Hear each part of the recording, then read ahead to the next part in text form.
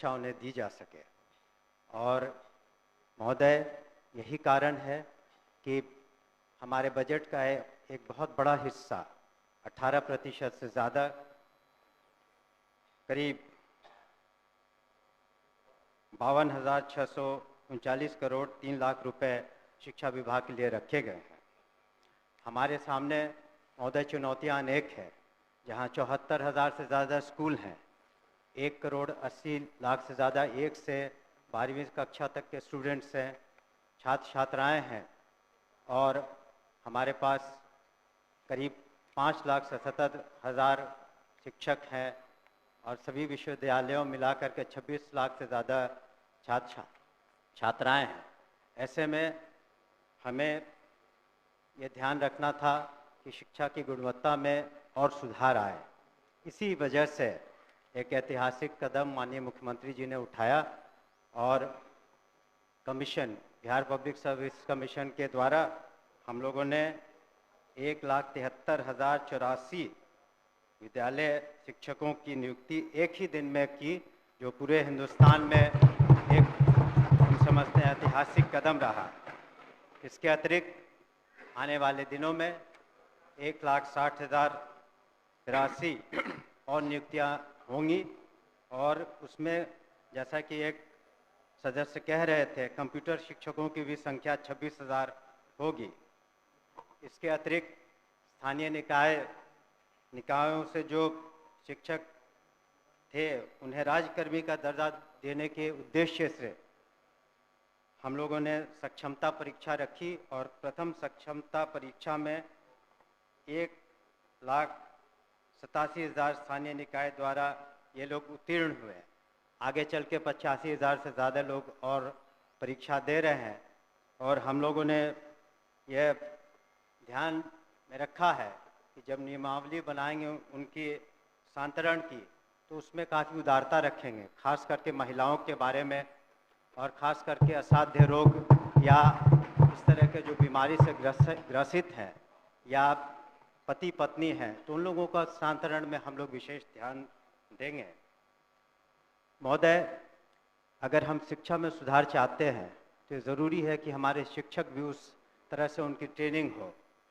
इसी कारण से हमारे जो SCERT जो इंस्टीट्यूट हैं, जहाँ पर मैं खुद भी गया हूँ, वहाँ पर हम लोगों ने किस तरह से शिक्षकों की ट्रेनिंग अच्छी तरीके से हो सके उस पर ध्यान दे रहे हैं। और आने वाले दिनों में हमारा लक्ष्य है कि जितने शिक्षक हैं कम से कम साल में उनकी 2 बार ट्रेनिंग हो सके, और वहाँ पर जो सिलेबस बनाए जाए वो ऐसे बनाए जाए कि वो आगे चल के हमारे छात्र छात्राएं जो कंपटीशन के एग्ज़ाम्स देंगे उसमें वो बेहतरीन रूप से सामने आ सके, कर सके। इसके अतिरिक्त जो आधारभूत संरचना है, हम लोगों ने ध्यान दिया है कि किस तरीके से स्कूलों में जो बुनियादी सुविधाएं हैं उसको दे पाएँ। उसके लिए हम लोगों ने कार्रवाइयाँ की हैं मुख्यालय स्तर पर और जिला स्तर पर, और हमने सभी माननीय सदस्यों से 10-10 विद्यालयों की सूची भी मांगी है, जिसका आने वाले सत्र तक, इसके बाद के सत्र तक उसका हम लोग जीर्णोद्धार करने का प्रयास करेंगे। कई माननीय सदस्यों ने शिकायतें भी की थी कि जो काम हुए अच्छे तरीके से नहीं हुए हैं, तो उस पर हम लोग इंक्वायरी करा रहे हैं, और जो भी दोषी पाए जाएंगे उन पर निश्चित रूप से कार्रवाइयाँ होंगी, और कुछ कार्रवाइयाँ हो चुकी हैं। हम लोगों ने ये भी सुनिश्चित किया है कि जो हमारे निजी विश्वविद्यालय हैं उनका रजिस्ट्रेशन हो सके, ताकि सही आंकड़ा आ सके, और जब उनका आधार सीडिंग कर देंगे तो ये पता चलेगा कि जो 25% जो गरीब बच्चे हैं, बच्चियां हैं, और जिसके खर्चे की प्रतिपूर्ति सरकार करती है, वो सही आंकड़ा आ सके हमारे पास, और इस तरह से प्राइवेट स्कूलों में भी हम सही तरीके से मदद कर पाएंगे। परीक्षा संचालन में एक बहुत बड़ी जिम्मेवारी है हमारी, और पिछले साल 1 करोड़ 35 लाख से ज़्यादा छात्र छात्राओं ने परीक्षा दी, और जो बिहार स्कूल एग्जामिनेशन बोर्ड है, इस बार जो हम लोगों ने बिल लाया है उसके अनुसार अब ऑनलाइन परीक्षाएं भी संभव हो पाएंगी। सरकार की जो मुख्य जो स्कीम्स हैं, जैसे मिड डे मील, मध्याह्न भोजन करते हैं, वो भी एक बहुत बड़ी चुनौती है। उसमें नित्य 1 करोड़ करीब 10 लाख बच्चों को हम मध्याह्न भोजन सही तरीके से देते हैं। और उसमें जो अगर शिकायतें मिलती हैं तो हमारे कमांड कंट्रोल सेंटर पर कोई भी व्यक्ति उसके बारे में सूचना दे सकता है, उसके बारे में हम कर सकते हैं। और डायरेक्ट बेनिफिशियरी ट्रांसफर्स हम करा रहे हैं, स्टूडेंट क्रेडिट कार्ड भी हो रहा है। और अंत में मैं कुछ आंकड़ों को प्रस्तुत करना चाहूँगा जिससे पता चलेगा कि किस तरह से शिक्षा में गुणात्मक सुधार आए हैं। शिक्षकों की संख्या महोदय 2006 में 1,80,000 थी। इस बार 2024 में 5,77,000 है। इस तरह से विद्यालय में जो छात्र और शिक्षक का अनुपात था, पहले जो 65 और 1 का था, अब 32 और 1 का हो गया। उसी तरह से साक्षरता दर में महिलाओं में पहले 33% थी, अब 74% हो गई है। आउट ऑफ स्कूल चिल्ड्रन जो है 1% से कम हो गए हैं और बजट में 11 गुना से ज़्यादा वृद्धि हुई है। अतः मैं अपनी सूचना अध्यक्ष महोदय, राज्य के सरकारी विभागों में राज्य कर्मियों को अपने पद के अनुसार उसे 7वें वेतन आयोग के तहत मूल वेतन के साथ ग्रेड पे दिया जा रहा है और लेवल भी निर्धारित है, जबकि बीपीएससी टीआर1, बीपीएससी पीआर2, बीपीएससी टीआर3 द्वारा चयनित अध्यापक एवं सक्षमता पास विशिष्ट शिक्षकों का ना ही ग्रेड पे निर्धारित किया गया है और ना ही लेवल तय किया गया है। सिर्फ नियोजन के तहत वर्ग 1 से 5 के अध्यापकों को एवं विशिष्ट शिक्षकों को 25,000, वर्ग 6 से 8 के अध्यापक को 28,000, वर्ग 9 से 10 के अध्यापक एवं विशिष्ट शिक्षकों को 31,000, वर्ग 11 से 12 के अध्यापक एवं विशिष्ट शिक्षकों को 32,000 रुपया मूल वेतन दिया जा रहा है, जो 7वें वेतन आयोग से बिल्कुल अलग है, जिसके कारण भविष्य में अध्यापक एवं विशिष्ट अध्यापकों को 8वें वेतन आयोग के लाभ से वंचित रहना पड़ सकता है, जबकि उक्त शिक्षकों को भी राज्य कर्मी का दर्जा प्राप्त है। अतः उक्त शिक्षकों के हित में पद के अनुसार शिक्षकों को ग्रेड पे तथा लेवल निर्धारित करने हेतु हम सदन के माध्यम से सरकार का ध्यान आकृष्ट कराते हैं। माननीय मंत्री शिक्षा विभाग। अध्यक्ष महोदय, वस्तु स्थिति यह है कि पंचायती राज संस्थाओं एवं नगर निकाय संस्थाओं द्वारा नियुक्त शिक्षकों को समान कार्य के बदले समान वेतन देने से संबंधित माननीय सर्वोच्च न्यायालय में दायर SLP संख्या 20/2018 बिहार सरकार एवं अन्य बनाम बिहार माध्यमिक शिक्षक संघर्ष समिति एवं अन्य के साथ दिनांक 10/5/2019 को पारित आदेश, जिसमें माननीय उच्च न्यायालय के द्वारा समान कार्य के बदले समान वेतन देने हेतु पारित आदेश को निरस्त कर दिया गया है। राज्य सरकार पंचायती राज संस्थाओं एवं नगर निकाय संस्थाओं द्वारा नियुक्त शिक्षकों को बेहतर वेतन एवं सेवा शर्त हेतुकृत संकल्पित रही है। राज्य सरकार ने सहानुभूति पूर्वक इन शिक्षकों को 1/9/2020 से EPF योजना, जिसमें राज्य सरकार के द्वारा लगभग 5% अंशदान दिया गया है, से आच्छादित करते हुए दिनांक 1/4/2021 से 15% का वेतन वृद्धि किया गया। पुनः राज्य सरकार द्वारा स्थानीय निकाय शिक्षकों को बेहतर सेवा शर्त एवं वेतन प्राप्त हो के परिप्रेक्ष्य में बिहार विद्यालय विशिष्ट शिक्षा नियमावली 2023 अधिसूचित किया गया। नए शिक्षकों की नियुक्ति हेतु बिहार राज्य विद्यालय अध्यापक नियुक्ति, स्थानांतरण, अनुशासनिक कार्रवाई एवं सेवा शर्त नियमावली 2023 अधिसूचित किया गया। सरकार द्वारा इन दोनों नियमावली से नया पद सृजित किया गया। यह पद 7वें वेतन आयोग लागू होने के बाद सृजित किए गए हैं, इसलिए यह पद 7वें वेतन आयोग द्वारा निर्धारित पदों में सम्मिलित नहीं है। सरकार द्वारा सरकार के अन्य बहुत सारे पद सृजित किए जाते हैं जो 7वें वेतन आयोग में सम्मिलित नहीं होते। इन दोनों नियमावली के तहत वर्ग 1 से 5 के शिक्षकों को 25,000, वर्ग 6 से 8 के शिक्षकों को 28,000, वर्ग 9 से 10 के शिक्षकों को 31,000 एवं वर्ग 11 से 12 के शिक्षकों को 25,000 प्रारंभिक वेतन निर्धारित करते हुए पे मैट्रिक्स का निर्धारण किया गया। उक्त नियमावली के तहत शिक्षकों को बेहतर प्रोन्नति का लाभ दिया गया। अगले संभावित जो वेतन आयोग 8वां वेतन आयोग में ये शिक्षा विभाग द्वारा इन विद्यालय अध्यापकों एवं विशिष्ट शिक्षकों के वेतन मान को उचित स्तर पर निर्धारित करने हेतु वित्त विभाग को अनुशंसित किया जाएगा। महोदय, मैं पूरे वक्तव्य को मैं सुना। सरकार बीपीएससी का एग्जामिनेशन लेकर के सरकार ने घोषणा किया कि वो राज्यकर्मी होंगे। दूसरी बात की सरकार ने ही घोषणा किया कि सक्षमता परीक्षा पास जो कर जाएंगे शिक्षक वो राज्यकर्मी होंगे।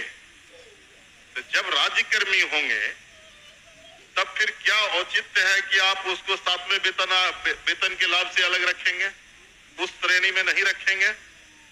क्यों उसको राज्यकर्मी का दर्जा देते हुए और राज्यकर्मी की घोषणा करते हुए उस लाभ से सरकार क्यों वंचित रखना चाहती है, ये मैं जानना चाहता हूं। माननीय मंत्री। अध्यक्ष महोदय, इसमें जो विचार विमर्श किया गया वित्त विभाग से, ऐसी बात नहीं है कि सहानुभूति तो पूरी रखी गई। एक और आंकड़ा मैं पढ़ना चाहूंगा सदन के सामने। वर्ष 2003 में जो नियुक्त प्रशिक्षित शिक्षा मित्र थे, प्रारंभ में उनका नियत वेतन प्रति माह था 1,500, जो वर्तमान सकल वेतन प्रति माह हो गया 31,340। वर्ष 2006 में नियुक्त पंचायत प्रखंड नगर शिक्षक थे 5,000, उनका वर्तमान सकल वेतन प्रति माह हो गया 29,410। वर्ष 2010 में नियुक्त पंचायत प्रखंड नगर शिक्षक 7,000 था वेतनमान, तो उनका हो गया आज के दिन में 29,410। वर्ष 2013 में नियुक्त पंचायत प्रखंड नगर शिक्षक 10,000 थे, उनका आज के दिन में 29,410 सकल वेतन प्रतिमाह हुआ। ये वित्त विभाग की सोच थी कि इनका 7वें वेतन आयोग से आच्छादित नहीं होंगे और इनके लिए अलग से उन्होंने एक पे मैट्रिक्स बनाई। लेकिन साथ ही हमने ये भी कहा कि भविष्य में जब 8th पे कमीशन लागू होगा तो उसमें फिटमेंट कमेटी बैठती है और फिटमेंट कमेटी जिस श्रेणी में ये फिट करेंगे उसमें उनको आच्छादित करेंगे। धन्यवाद। महोदय, जो सरकार के द्वारा वक्तव्य फिर दोबारा दिया गया, ये पुरानी बात को दोहराई गई कि जब कई नियोजन इकाई थी, आपने तय में उस तमाम नियोजन इकाई को भंग कर दिया। अब जिला स्तर पर नियोजन इकाई आपने गठित कर दिया, जितने जिला है उतने ही नियोजन इकाई है, और आपके फैसले से सरकार ने फैसला लिया कि अब तमाम जो पहली प्रक्रिया थी उसको हम समाप्त करते हैं और बीपीएससी से एग्जामिनेशन लेकर के हम शिक्षक को बहाल करेंगे और वो राज्यकर्मी होंगे। दूसरा, इस सरकार से हम लोग बात कर रहे थे कि जो पुराने तरीके से पंचायत से, प्रखंड से, जिला परिषद से जिन शिक्षकों को नियोजित किया गया उनको आप सरकारी कर्मी घोषित कीजिए। सरकार ने एक फैसला लिया, सक्षमता परीक्षा जो पास करेगा वो सरकारी कर्मी होंगे। तो सवाल उठता है कि सरकारी कर्मी वो सिर्फ स्कूल में नहीं पढ़ाते हैं, उनसे आप चुनाव में बूथ पर भेजते हैं, उनसे आप जो है सो बीएलओ बनाते हैं, उनको कई तरह का सवाल करते हैं। जब वो सरकारी कर्मी आपने घोषित किया है तब सरकारी कर्मी के बराबर उसके समकक्ष 7वां वेतन क्यों नहीं देना चाहती है, ये हम जानना चाहते हैं। तो नहीं, उनका कहना है कि वो पुराना जो बताया 4,000 था, 2,000 था, 3,000 था। दूसरी बार खड़े होकर बोले नहीं सर। अध्यक्ष महोदय, जब ये पूरा मामला वित्त विभाग में गया, वित्त विभाग इसमें सारी निर्णय लेता है। पे मैट्रिक्स उन्होंने नया किया और कहा कि ये 7वें वेतन आयोग से आच्छादित नहीं होंगे। और दूसरी बात ये भी है, हम इस बात को स्वीकार कर रहे हैं कि भविष्य में जब 8th पे कमीशन का इन्होंने बात उठाई है, तो जब भी पे कमीशन केंद्र सरकार के द्वारा जब वो लागू होता है तो यहाँ बिहार में भी फिटमेंट कमेटी बैठती है और फिटमेंट कमेटी के अनुसार उस वक्त इसमें जिसमें करेंगे हम लोग अनुशंसा करेंगे, लेकिन अंतोगत्वा इन सभी मामलों में वित्त विभाग अपने वित्तीय प्रबंधन के तहत ही अंतिम फैसला देता है, जिसको सभी को स्वीकार करना पड़ता है। धन्यवाद। हो गया आपका। नहीं सर आप आओ तो खड़े होने सर ठीक है, वो लोग पूछेंगे, लेकिन मेरा आखिरी मेरा सबमिशन है सर, सप्लीमेंट्री मेरा ये है कि वित्त विभाग से सारी प्रक्रिया को पूरा करते हुए तब आपने बीपीएससी का एग्जामिनेशन लिया और तब आपने राज्यकर्मी का दर्जा दिया, तो साथ में वही घूम फिर के आ रहे हैं आप। साथ में वेतन का आप लाभ उसे क्यों नहीं देना चाहते? ये सरकार एक लास्ट करते हैं सर, मैं एक ही बात तो बोल रहे, बोलिए अध्यक्ष जाएगा कह तो रहे। हमने तो कहा ही कि जब एड कमीशन का जो उसमें फाइंडिंग्स आएंगी, तब बिहार में जब फिटमेंट कमेटी होगी तो अलग अलग विभाग का उसमें टेकअप किया जाता है, तो उस वक्त विचार किया जाएगा निश्चित रूप से। धन्यवाद। ओके अध्यक्ष महोदय, वर्ष 2023 में नियोजित शिक्षकों को महागठबंधन की सरकार में राज्यकर्मी का दर्जा दिया गया था महोदय, और ध्यान रखिए जो शिक्षकों के हित में उनके पद के अनुसार ग्रेड पे और उनका लेवल जो तय करना है वो सरकार कब तक देने का विचार रखती है? यदि देने का विचार रखती है तो कब तक, नहीं तो क्यों? एक ही बात हो रही है। आपके माध्यम से मैं शॉर्ट में 2 पूरक पूछना चाहता हूं। क्या सरकार को ग्रेड पे निर्धारण करने में आर्थिक बोझ आ रही है? और यदि ये आर्थिक बोझ आ रही है तो सरकार बतावे कि कितने की आर्थिक बोझ आ रही है, तब जो है वो इनको करने में क्या कठिनाई आ रही है आर्थिक बोझ आने में? ये मेरा सवाल है। बैठिए, और कोई पूछने वाले नहीं ना है? चलिए आप बताइए। महोदय, ये तो जब ऐसे मामले वित्त विभाग में जाते हैं तो नीति निर्धारण और सारी समीक्षा वित्त विभाग करती है, तो वित्त विभाग का निर्णय सभी को मान्य होता है और इस पर क्या आंतरिक जो वित्तीय बोझ रहेगा सभी चीजों का कैलकुलेशन उन्होंने किया होगा, तभी इस तरह का उन्होंने इस निर्णय पर पहुंचे जिसके बारे में हमने सदन को अवगत किया। अध्यक्ष